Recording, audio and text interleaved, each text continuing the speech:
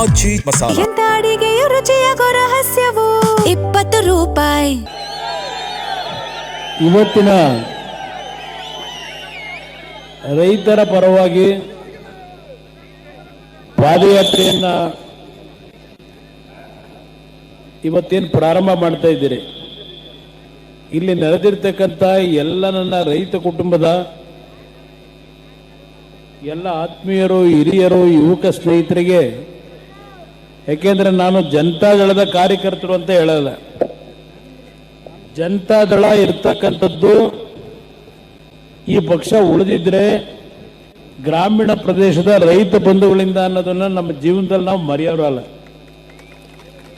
ಇವತ್ತಿನ ಈ ಒಂದು ಪಾದಯಾತ್ರೆ ಕಾರ್ಯಕ್ರಮ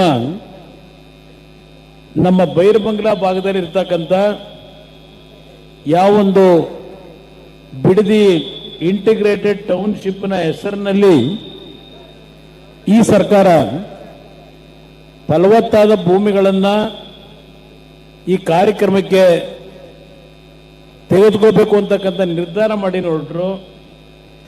ಪ್ರಥಮವಾಗಿ ಈ ಒಂದು ಭಾಗದ ಸುಮಾರು 150ಕ್ಕೂ ಹೆಚ್ಚಿನ ಜನ ನನ್ನ ಎದುರುಗಡೆ ಇರ್ತಕ್ಕಂಥ ನಮ್ಮ ತೋಟಕ್ಕೆ ಬಂದು ನಿಮ್ಮ ಬೆಂಬಲವನ್ನು ನಮಗೆ ನೀಡಬೇಕು, ಇವತ್ತು ನಮ್ಮ ರೈತರನ್ನ ಬೀದಿಗೆ ತರಲಿಕ್ಕೆ ಹೊರಟಿದ್ದಾರೆ ಅಂತಕ್ಕಂಥ ಒಂದು ಮನವಿಯನ್ನು ಮಾಡಿದ ಮೇಲೆ ನಾನು ನಿಮ್ಮ ಜೊತೆಯಲ್ಲಿದ್ದೇನೆ, ಧೈರ್ಯವಾಗಿ ನಿಮ್ಮ ಹೋರಾಟ ಮುಂದುವರಿಸಿ ಅಂತಕ್ಕಂಥದ್ದನ್ನ ಹೇಳಿದ್ದೆ.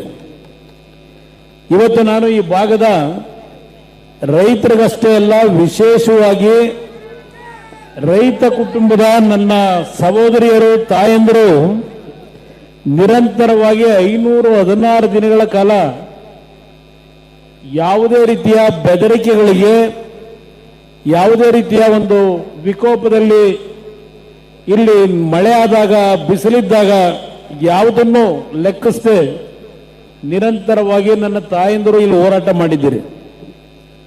ಪ್ರಥಮವಾಗಿ ನಿಮ್ಮ ಹೋರಾಟಕ್ಕೆ ನನ್ನ ವಿಶೇಷವಾಗಿ ನನ್ನ ಸಹೋದರಿಯರು, ತಾಯಂದಿರು ಈ ಭಾಗದಲ್ಲಿ ನಿಂತಿರಿ. ನಿಮ್ಮ ಒಂದು ಕುಟುಂಬದ ಆಸ್ತಿಗಳನ್ನು ಉಳಿಸ್ಕೋಬೇಕು ಅಂತ ಹೇಳಿ ನಿಮ್ಮ ಒಂದು ದಿಟ್ಟ ನಿಲುವೇನಿದೆ, ಅದಕ್ಕೆ ನಾನು ಪ್ರಥಮವಾಗಿ ನನ್ನ ತಾಯಂದಿರಿಗೆ, ಸಹೋದರಿಯರಿಗೆ ವಿಶೇಷವಾಗಿ ನಾನು ಕೃತಜ್ಞತೆಗಳನ್ನು, ಅಭಿನಂದನೆಗಳನ್ನು ಸಲ್ಲಿಸ್ತೀನಿ. ಇವತ್ತು ನಾವು ಇಲ್ಲಿ ಬಂದಿರತಕ್ಕಂಥದ್ದು ಯಾವುದೋ ಒಂದು ನಮ್ಮ ರಾಜಕೀಯದ ಸ್ವಾರ್ಥಕ್ಕಲ್ಲ.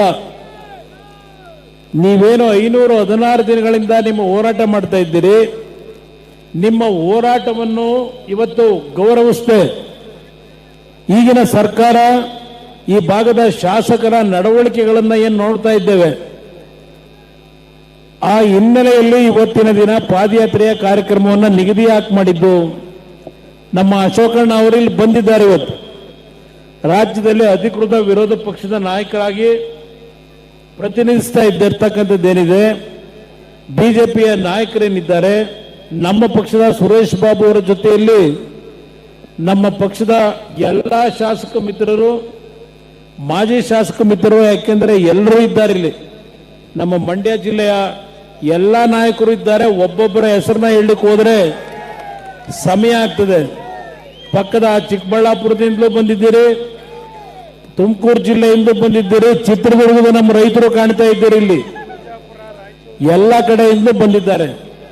ನಿಮ್ಮ ಈ ಒಂದು ಬೆಂಬಲಕ್ಕೆ ನನ್ನ ಈ ಭಾಗದ, ನನಗೆ ರಾಜಕೀಯವಾಗಿ ಜನ್ಮ ಕೊಟ್ಟಿರ್ತಕ್ಕಂಥ ಈ ಜಿಲ್ಲೆಯ ಜನರ ಪರವಾಗಿ ಇವತ್ತು ನೀವೆಲ್ಲ ಇಲ್ಲೇನು ಸಾವಿರಾರು ಸಂಖ್ಯೆಯಲ್ಲಿ ನೆರೆದಿದ್ದೀರಿ ಬೆಳಗ್ಗೆಯಿಂದ, ನಿಮಗೆಲ್ಲರಿಗೂ ನನ್ನ ಕೃತಜ್ಞತೆಗಳು. ನನ್ನ ರೈತ ಬಾಂಧವರು, ನನ್ನ ತಾಯಂದಿರ ಪರವಾಗಿ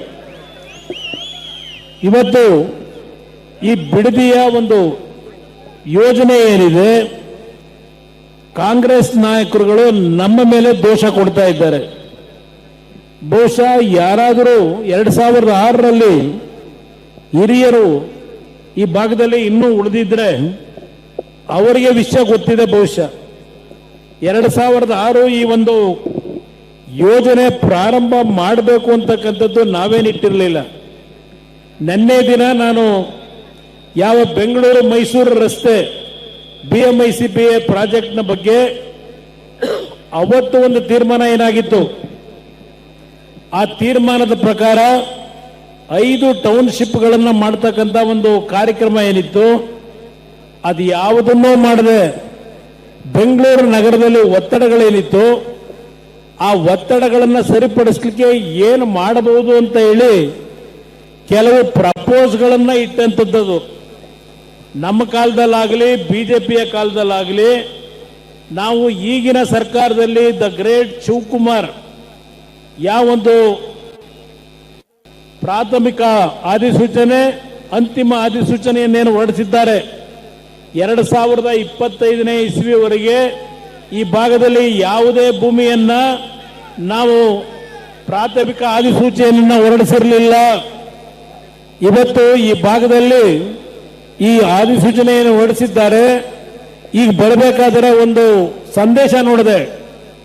ಈ ಸಂದೇಶದಲ್ಲಿ ಮುಖ್ಯಮಂತ್ರಿಗಳು ಇವತ್ತು ಹೇಳಿದ್ದಾರೆ, ನಾನು ಈ ಭಾಗದ ರೈತ ಬಂಧುಗಳಿಗೆ ಮನವಿ ಮಾಡ್ತೇನೆ, ಈ ವಿದೇಶಗಳಲ್ಲಿ ಇರ್ತಕ್ಕಂಥ ಇಂಟರ್ನ್ಯಾಷನಲ್ ರಸ್ತೆಗಳು, ಉದ್ಯಾನವನ, ದೊಡ್ಡ ದೊಡ್ಡ ಕಾರ್ಖಾನೆಗಳು, ದೊಡ್ಡ ದೊಡ್ಡ ಬಿಲ್ಡಿಂಗ್ಗಳನ್ನ ಕಟ್ಟಿ ಈ ಭಾಗದ ಜನರ ಬದುಕಿಗೆ, ಈ ಭಾಗದ ಯುವಕರಿಗೆ ಉದ್ಯೋಗವನ್ನು ಕೊಡ್ತೀವಿ ಅಂತಕ್ಕಂಥ ಒಂದು ಸಂದೇಶ ಕೊಟ್ಟಿದ್ದಾರೆ. ಈಗೇನು 2 ಕೋಟಿ ಹಣ ನಿಗದಿಯಾಗಿತ್ತು, ಇವತ್ತಿನ ಸಂದೇಶದಲ್ಲಿ ನಿಮ್ಮ ಟಿವಿ ಇದರಲ್ಲಿದ್ದರು ನೋಡಿ, ಫೋನ್ಗಳಲ್ಲಿ 2 ಕೋಟಿಯಿಂದ 3 ಕೋಟಿ ಹೋಗೋರೀಗ. ಇದೇನು ಚೌಕಾಸಿ ವ್ಯಾಪಾರವಾ? ಚೌಕಾಸಿ ವ್ಯಾಪಾರವಾ? ಇಲ್ಲಿ ಪಾಪ ಕನಕಪುರದವರೊಬ್ಬರು ದಲಿತ ಮುಖಂಡರು ಬಂದಿದ್ದಾರೆ. ನೀವು ಪೊಲೀಸ್ ಅಧಿಕಾರಿ ಬೇರೆ ಆಗಿದ್ರಲ್ವಾ, ಒಂದಿಷ್ಟು ರೆಕಾರ್ಡ್ಸ್ ಇಟ್ಕೊಂಡ್ ಬಂದವರು ಇಲ್ಲಿ ನೋಡಿ. ಕನಕಪುರದಲ್ಲಿ ಆ ದಲಿತರ ಭೂಮಿನ, ಕೋಟಿ ಜಮೀನ ಲೂಟಿ ಮಾಡಿ ಅವರ ರೆಕಾರ್ಡ್ ಇಲ್ಲಿ ಹಿಡ್ಕೊಂಡು ಕೂತವ್ರೆ. ಕಳೆದ 10 ವರ್ಷದಿಂದ ಅಲಿತಾವ್ರೆ. ಇದು ಈ ಮಹಾನುಭಾವ ಮಾಡಿರೋದು. ಇದು ಸುಮ್ಮನೆ ಇಲ್ಲಿ ಬಂದಿರೋದು ಹೇಳ್ತಾ ಇದ್ದೀನಿ ನಮ್ಮ ರೈತ ಬಂಧುಗಳಿಗೆ.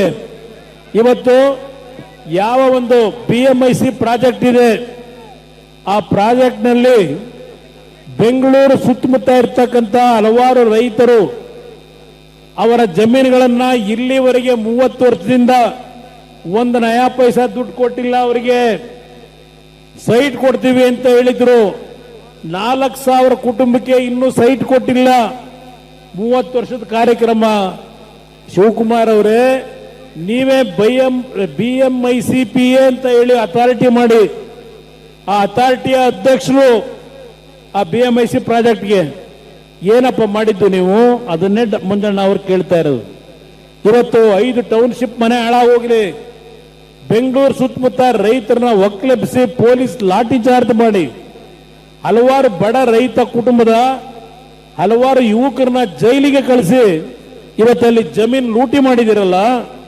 ಇಲ್ಲಿ ಹೊಸಕೆರೆಹಳ್ಳಿ ಹತ್ರ ನಮ್ಮ ಈ ಭಾಗದ ನಮ್ಮ ಯುವಕರು ಯಾರಾದರೂ ಓಡಾಟ ಮಾಡಿದ್ರೆ, ಹೊಸಕೆರೆಹಳ್ಳಿ ಗೇಟ್ ಇದೆಯಲ್ಲ, ಯಾವೊಂದು ಟೋಲ್ ಗೇಟು, ಅದರ ಪಕ್ಕದಲ್ಲಿ ಎದ್ದಿದೆ ನೋಡಿ, ಶೋಭಾ ಶೋಭಾ ಶೋಭಾ. ಯಾರ್ದಪ್ಪ ಅದು? ಅದು ನಿಮಗೆ ಮಾಡಲಿಕ್ಕೆ NOC ಕೊಡ್ತಾನೆ. ಇವ್ರ ಅಪ್ಪನ ಮನೆಯಿಂದ ಕೊಟ್ಟನ ಆ ನೈಸ್ ಕಂಪನಿಯವನು. ಇದನ್ನೇ ನಾನು ನಿನ್ನೆ ಪ್ರಶ್ನೆ ಮಾಡಿರೋದು. ಇವತ್ತು ಅಲ್ಲಿ ನಾನು ಹೇಳ್ತಾ ಇರೋದಲ್ಲ, ಈ ರಾಜ್ಯದ ಹೈಕೋರ್ಟ್ನಲ್ಲಿ ಒಂದು ತೀರ್ಪು ಕೊಟ್ಟಿದ್ದಾರೆ ಕಳೆದ 15 ದಿವಸದಿಂದ. ಕಳೆದ 23 ವರ್ಷಗಳಿಂದ ಸಾವಿರಾರು ರೈತರುಗಳಿಗೆ ಇನ್ನೂ 2000ನೇ ಇಸ್ವಿನಲ್ಲಿ ಅಧಿಸೂಚನೆಯನ್ನು ಹೊರಡಿಸಿದ್ರು KDBಯಿಂದ, ಇನ್ನೂ ಹಣ ಕೊಟ್ಟಿಲ್ಲ ಅವರಿಗೆ. ಕೋರ್ಟ್ನಲ್ಲಿ ಹೇಳ್ತಾರೆ KDB ಅವರು ಮತ್ತೆ ನೈಸ್ ಕಂಪನಿ ಮಾಲೀಕ, KDBಯ ಇರ್ತಕ್ಕಂಥ ಆಕ್ಟ್ ಏನಿದೆ, ನಾವು ಯಾವೊಂದು ಭೂಮಿನ ರೈತರ ಭೂಮಿನ ವಶಪಡಿಸ್ಕೊತೀವಿ, ಅದು ತಕ್ಷಣಕ್ಕೆ ನಮ್ಮ ರಾಜ್ಯ ಸರ್ಕಾರದ ಆಸ್ತಿ. ನಾವು ಯಾವಾಗ ಬೇಕಾದರೂ ದುಡ್ಡು ಕೊಡಬಹುದು. 10 ವರ್ಷ ಆಗಬಹುದು, 20 ವರ್ಷ ಆಗಬಹುದು. ನಮಗೆ ಆ ಪವರ್ ಇದೆ ಅಂತ ಹೇಳಿ ಕೋರ್ಟ್ ಮುಂದೆ ಹೇಳ್ತಾರೆ. ಈ ಭಾಗದ ನನ್ನ ರೈತ ಬಂಧುಗಳು ಯಾವ ಹೋರಾಟ ಮಾಡ್ತಾ ಇದ್ದೀರಿ, ಆ ಪರಿಸ್ಥಿತಿಗೆ ನಿಮ್ಮನ್ನು ದೂಡ್ತಾರೆ. ಈಗೇನೋ 4 ಜನಕ್ಕೆ ಮಿಠಾಯಿ ಹಂಚವ್ರೆ ನೋಡ್ತಾ ಇದ್ದೀನಿ. ಕೆಂಪೈನಪಾಳ್ಯದಲ್ಲಿ ಮತ್ತಿನ ಯಾವ್ದು ನಿಮ್ಮ ಒಡೆರಳ್ಳಿನ ಅಲ್ಲಿ ಆರೋಹಳ್ಳಿಗೆ ಬರುತ್ತೆ. ಆ ಭಾಗದಲ್ಲಿ 4 ಜನ 5 ಜನಕ್ಕೆ 3 ಗುಂಟೆ 4 ಗುಂಟೆಗೆ ಇವತ್ತು ಏನು ಚೆಕ್ ಕೊಟ್ಟಿದ್ದೀವಿ ಅಂತ ಹೇಳಿ ಮಾಧ್ಯಮದ ಸ್ನೇಹಿತರ ಮುಂದೆ. ಯಾರಪ್ಪ ಇವರಿಗೆ ಪವರ್ ಕೊಟ್ಟಿರೋದು? ಕಚೇರಿಲಿ ಕೂತ್ಕೊಂಡು ಅಧಿಕಾರಿಗಳ ಮುಖಾಂತರ ಅವ್ರ ಅಕೌಂಟಿಗೆ ಚೆಕ್ ಹೋಗಬೇಕು, ಬೀದಿಲಿ ಚೆಕ್ ಹಿಡ್ಕೊಂಡ್ಬಿಟ್ಟು ಚೆಕ್ ಕೊಟ್ಟಿದ್ದೀನಿ ನೋಡಿ, ಚೆಕ್ ಕೊಟ್ಟಿದ್ದೀನಿ ನೋಡಿ, ಇದನ್ನ ಹೇಳ್ಕೊಂಡು ಯಾವ ವ್ಯಾಪಾರ ಮಾಡಕ್ ಹೊರಟಿದ್ದೀರಪ್ಪ? ಇಲ್ಲಿ ಅಶೋಕ್ ಅವರೊಂದು ಮಾತು ಹೇಳಿದ್ರಲ್ಲ, ಅರ್ಥ ಮಾಡ್ಕೊಳ್ಳಿ. ಇವತ್ತು ಯಾವ ನೈಸ್ ಪ್ರಾಜೆಕ್ಟು ಇವತ್ತು ಹೇಳ್ತಾರೆ ದೇವೇಗೌಡರು ಕೂಸು ಅಂತಾರೆ. ಹೌದಪ್ಪ, ದೇವೇಗೌಡರು ಕೂಸೆ ಅದು. ದೇವೇಗೌಡರು ರೈತರ ಭೂಮಿನ ಇವತ್ತು ಕಾನೂನು ಬಾಹಿರವಾಗಿ ವಶಪಡಿಸ್ಕೊಂಡು ಮಾಡಿ ಅಂತ ಹೇಳಿಲ್ಲ. ಆ ಕಂಪನಿಗೆ ಹೇಳಿದ್ರು ಯಾವುದೇ ರೀತಿಯಲ್ಲಿ ಸರ್ಕಾರದಿಂದ ಒಂದು ನಯಾ ಪೈಸಾ ಕೊಡಲ್ಲ, ಆ ದುಡ್ಡನ್ನ ನೀನೇ ಇನ್ವೆಸ್ಟ್ಮೆಂಟ್ ಮಾಡಬೇಕು ಅಂತ ಹೇಳಿದ್ರು. ಆಮೇಲೆ ಬಂದಂತ ಸರ್ಕಾರಗಳಲ್ಲಿ ಇವರು ಏನೇನು ಬದಲಾವಣೆ ಮಾಡ್ಕೊಂಡ್ರು, ಅದರ ಮುಖಾಂತರ ರೈತರ ಭೂಮಿ ಎಲ್ಲ ಸರ್ಕಾರಿ ಭೂಮಿನ ಕೊಟ್ರು. ಸರ್ಕಾರಿ ಭೂಮಿನ ತಗೊಂಡೋಗಿ ಫ್ಲೆಡ್ಜ್ ಮಾಡ್ದ ಅವನು. ICICI ಬ್ಯಾಂಕಿಗೆ ಕೊಟ್ಟು ಅಲ್ಲಿ 150 ಕೋಟಿ ಸರ್ಕಾರದ ಆಸ್ತಿ ತಗೊಂಡೋಗಿ ಮಾರ್ಟ್ಗೇಜ್ ಮಾಡಿ 150 ಕೋಟಿ ತಂದು ಸರ್ಕಾರಿ ಕಟ್ಟದ, ಸರ್ಕಾರದ ಭೂಮಿ ತಗೊಂಡು. ಇದು ನಡ್ಕೊಂಬಂದಿರೋದು ಹಲವಾರು ವಿಷಯ ಇದೆ. ನಾನು ಅದರ ಬಗ್ಗೆ ಈಗ ಮಾತನಾಡಲ್ಲ. ಯಾವ ಕೋರ್ಟ್ನಲ್ಲಿ ಮೊನ್ನೆ ದಿನ ಹೇಳಿದ್ದಾರೆ, ಈ ಟೋಲ್ನಲ್ಲಿ ಹಣ ಏನು ಸಂಗ್ರಹ ಮಾಡ್ತಾ ಇದ್ದಾನೆ ಅವನಿಗೆ ಯಾವುದೇ ಅಧಿಕಾರ ಇಲ್ಲ. ಟೋಲ್ನ ಕಟ್ತಾ ಇರ್ತಕ್ಕಂಥ ಹಣ ಏನಿದೆ ಈ ಸರ್ಕಾರ ಅವ್ರ ಜೊತೆ ಶಾಮೀಲಾಗಿದ್ದಾರೆ, ಇದನ್ನ ನಿಲ್ಲಿಸಬೇಕು ಅನ್ನೋದನ್ನ ನಾನು ಹೇಳ್ತಿಲ್ಲ. ಈ ರಾಜ್ಯದ ಗೌರವಾನ್ವಿತ ಹೈಕೋರ್ಟ್ನಲ್ಲಿ ತೀರ್ಪು ಕೊಟ್ಟಿರ್ತಕ್ಕಂಥದ್ದು. ಅದರಿಂದ ನಾನು ನಾಡಿನ ಜನತೆಗೆ ನಿನ್ನೆ ಹೇಳಿದೆ, ಯಾರು ನೀವು ಟೋಲ್ನಲ್ಲಿ ಹಣ ಕಟ್ಟಬೇಡಿ. ಇವತ್ತು ಈ ವಿಷಯದಲ್ಲಿ ಯಾವ ತೀರ್ಪು ಬಂದಿದೆ ಅದನ್ನ ಇವತ್ತು ಫಾಲೋ ಮಾಡಬೇಕು ಅಂತ ಹೇಳಿದ್ದೇನೆ. ಯಾರು ಹಣ ಕಟ್ಟಬೇಕಾದ ಅವಶ್ಯಕತೆ ಇಲ್ಲ. ಈಗ ಅಶೋಕ್ ಅವರು ಹೇಳಿದ್ರಲ್ಲ, ಆ ನೈಸ್ದು ಅಸೆಂಬ್ಲಿಲಿ ಅಶೋಕ್ ಅವರು ಅವರೆಲ್ಲ ಚರ್ಚೆ ಮಾಡ್ತಾರೆ ಮುಂದಕ್ಕೆ. ಇವತ್ತು ನಮ್ಮ ಪಕ್ಷದ ಶಾಸಕರುಗಳು ತೀರ್ಮಾನ ಮಾಡಿದ್ದಾರೆ, ಚರ್ಚೆ ಮಾಡೋಣಂತೆ. ಆದರೆ ಒಂದು ಇವತ್ತು ಸತ್ಯ ಶೋಧನಾ ಸಮಿತಿ ಹೇಳಿದ್ರಲ್ಲ ನಮ್ಮ ಅಶೋಕಣ್ಣ ಅವರು, ಇಲ್ಲೇ ಇಟ್ಕೊಂಡಿದ್ದೀನಿ ನೋಡಿ. ಇದು ಕಾಂಗ್ರೆಸ್ನವರು 2006ರಲ್ಲಿ ಈ ಸತ್ಯ ಶೋಧನಾ ಸಮಿತಿಯ ರಿಪೋರ್ಟ್ ಕೊಟ್ಟಿರ್ತಕ್ಕಂಥದ್ದು. ನನ್ನ ರೈತ ಬಂಧುಗಳು, ನಮ್ಮ ಬೈರಮಂಗಲದ ನನ್ನ ತಾಯಂದ್ರು ಇಲ್ಲಿ ಕೂತಿದ್ರೆ ದಯವಿಟ್ಟು ನೋಡ್ಬೇಕಿಲ್ಲಿ. 2006ರಲ್ಲಿ ಯಾವ ಸತ್ಯಶೋಧನಾ ಸಮಿತಿ ಮಾಡಿದ್ರು, ಇಲ್ಲಿ ಇಬ್ಬರು ಮಹಾನ್ ನಾಯಕರು, ಒಬ್ರು ಇವತ್ತಿನ ವಿರೋಧ ಪಕ್ಷದ ನಾಯಕರು, ಇನ್ನೊಬ್ಬರು ಕಾಂಗ್ರೆಸ್ನ ಅಧಿನಾಯಕಿ. ಈಗೆಲ್ಲ ಪೇಮೆಂಟ್ ಕೊಡಕ್ಕೆ ಅಗ್ರಿಮೆಂಟ್ ಮಾಡ್ಕೊಂಡ್ ಬಂದವರಲ್ಲ ಮುಖ್ಯಮಂತ್ರಿ ಮಾಡಿದ್ದಕ್ಕೆ, ಪ್ರತಿ ತಿಂಗಳು ಪೇಮೆಂಟ್ ಕೊಡ್ಲಿಕ್ಕೆ.